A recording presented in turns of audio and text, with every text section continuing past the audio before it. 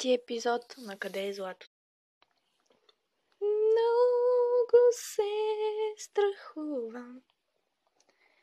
Страх ме е навън.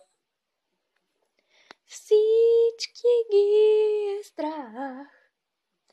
Не мога аз така. Колата ни закъса. Не мога аз да я дърпам. Ще се опитам и песента да спи.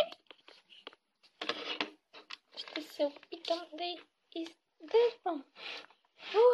Дърпам я! Какво стана? Тръгна ли? Да!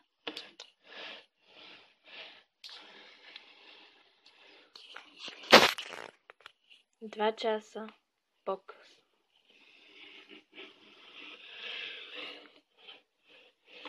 Стигнахме! Стигнахме до съкровището! Стигнахме! Излизайте всички!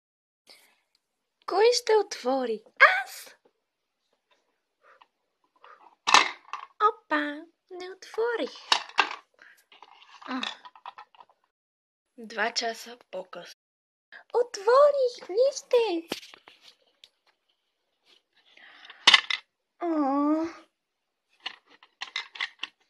Вътре има топче с злато и една златна паричка.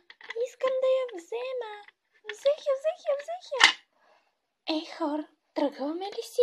Да! Хайде. 3 ще влязат тук, за да пазят златото.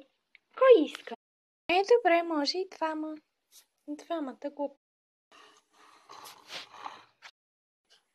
2 месеца по-късно, след лятната ваканция. Мил дневниче, както ти разказвам всеки ден, вече съм богата, обаче имаме лоша новина. Мама и тата също забогатяха и искат да ме преместят в друго училище. И днес е първият ми ден там, да видим какво ще се случи. Следва продължение.